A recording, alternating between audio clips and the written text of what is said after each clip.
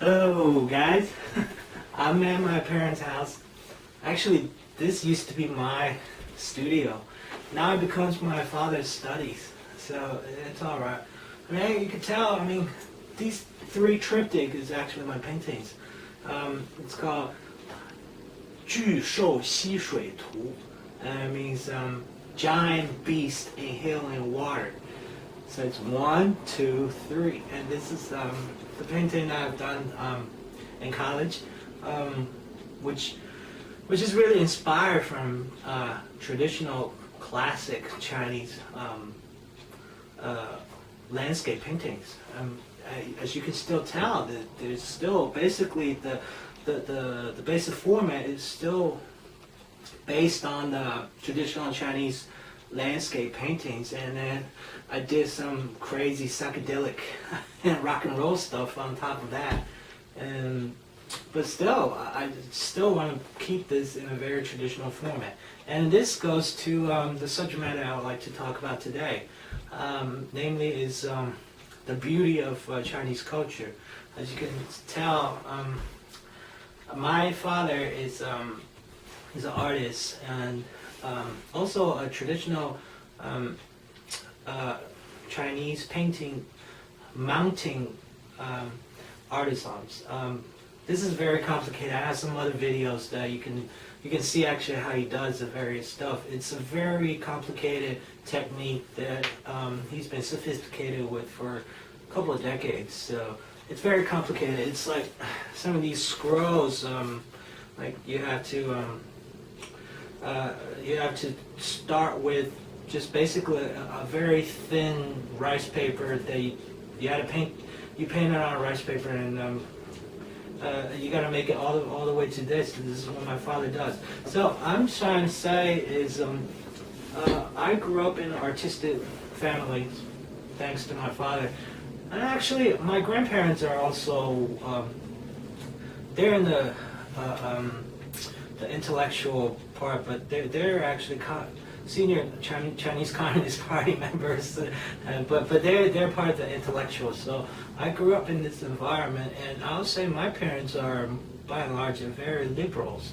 So as far as I can recall, is that ever since in my childhood, like when I was very little, that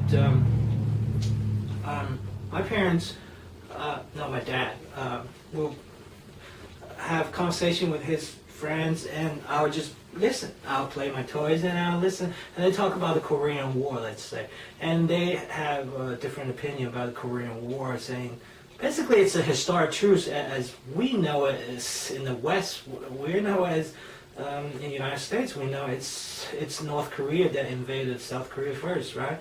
And this is how it started. And because when I was still in elementary school in China, I vividly remember I was third grade, so I was like 9 years old, and we had in our literature class where we had to read literature about the Korean War, because Chinese joined the Korean War, right, in the war efforts, and because the commie always have their propaganda stories about how U.S. imperialists try to invade China, things like that, which is totally incorrect.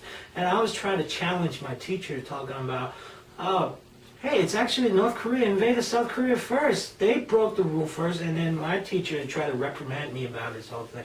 So I'm just trying to say I grew up in a very liberal environment thanks to my dad, because he was trained in Western arts, and then he fall back into Oriental Chinese, traditional Chinese arts. Another example is when I was in elementary school, because my dad has so many books, I was reading Bible stories, biblical stories, and in Chinese, but there's pictures. So one day I was in class, I was also about 9, 10 years old. I was going up to the teacher asking just what this word means. And when the teacher saw that I was reading biblical stories and with all of these, pictures, the nudities basically, and my teacher was like, "What the hell are you reading this for?" So I was completely astonished, and you have to lament the fact that communist system education, at least the way I grew up in China, was completely facetious. I mean, it's absolutely ridiculous. On the one hand, it's contradictory. It's totally put yourself in a dilemma situation. So I'm glad that I got out the Chinese educational system only after 6 years. I came to the United States after 6 years of education. But thanks to the rigorous Chinese education, I got a very solid foundation in Chinese languages. And this leads me to continue to pursue my own passion for Chinese literature, Chinese arts, Chinese culture, partly thanks to my dad, because all of these. And this is one of the 4 Chinese classics, the Dream of the Red Chamber, 红楼梦. And my favorite is this. Actually, I did this when I was 14 years old.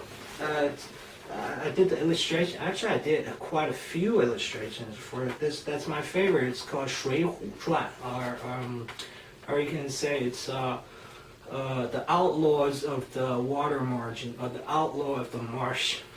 Basically, there's 108 characters in here. Look, I did this partly thanks to my dad, because he's so well steeped in. Look, it looks like an artifact these days. I mean, it is pretty old. And look, I basically just did all of these cartoon characters for the 108 major characters, the protagonists in the book. And if this is why, if you want to become a sinologist, you want to pursue sinologies, or you just love Chinese culture, this is really, it's really fun. I mean, you start to go into the stories, and you just know how fun it is. And I drew them in cartoons. I've done tons of others as well. So, 水浒传, this is ultimate famous, and it's part of my favorite literature as well. I read this in junior high when I was in here in the United States. It totally reinforced your perspective.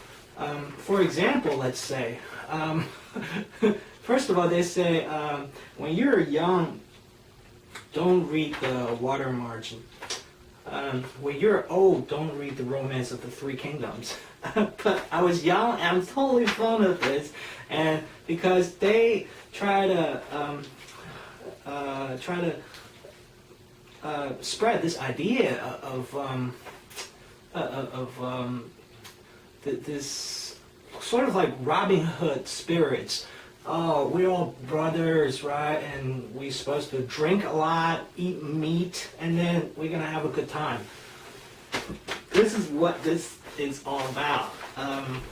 And besides Water Margin, Dream of the Red Chamber, and besides, when I was young, I mean, yeah, like 10 years ago, younger, and the main protagonist, Jia Baoyu in this book, read the Dream of the Red Chambers. And I was often nicknamed by my girlfriends as Bar Ye. For some weird reason, they just figured they nicknamed quite a few of them nicknamed me about that. But this is a very much a Chinese culture thing. And besides that, there's the romance of the Three Kingdoms, 三国志, 三国演义. And of course, you know that. And then the most famous Monkey King is the Journey to the West, or 西游记, and which is also all of these stuff. I was just well steeped and totally immersed in those Chinese culture when I was young. When I was in my junior high school, in my teenager years, I was totally just immersed myself in all of these literatures. And I shall add a fifth one, and mostly people would consider that as the erotic literature, but it's totally a great read. It's called 金瓶梅, or something they translate into the plum of golden vase or something. But it's I read it. It's completely great literature. Great literature portray of the classic medieval China. Not that old, like 500 years old, Ming dynasties. And I just figured that being Chinese, I'm so proud of being Chinese. Look, this is my dad's sketchbook. And look at this. And flip from the opposite side, not like the Chinese. This is my dad. My dad's so fond of the lotus. It says 石河图. It means stone, lotus, pictures, and that's basically just his sketches, like watercolor sketches, right? I mean, that's his thing. And he's so fond of these scholar stones, all of these stuff. And this is what makes you really being so obsessed, or even just, this is where your love for Chinese arts comes from, and it comes deep in my guts. Ever since I grew up, everything. Just want to share with you guys, and we're running out of time. Thank you.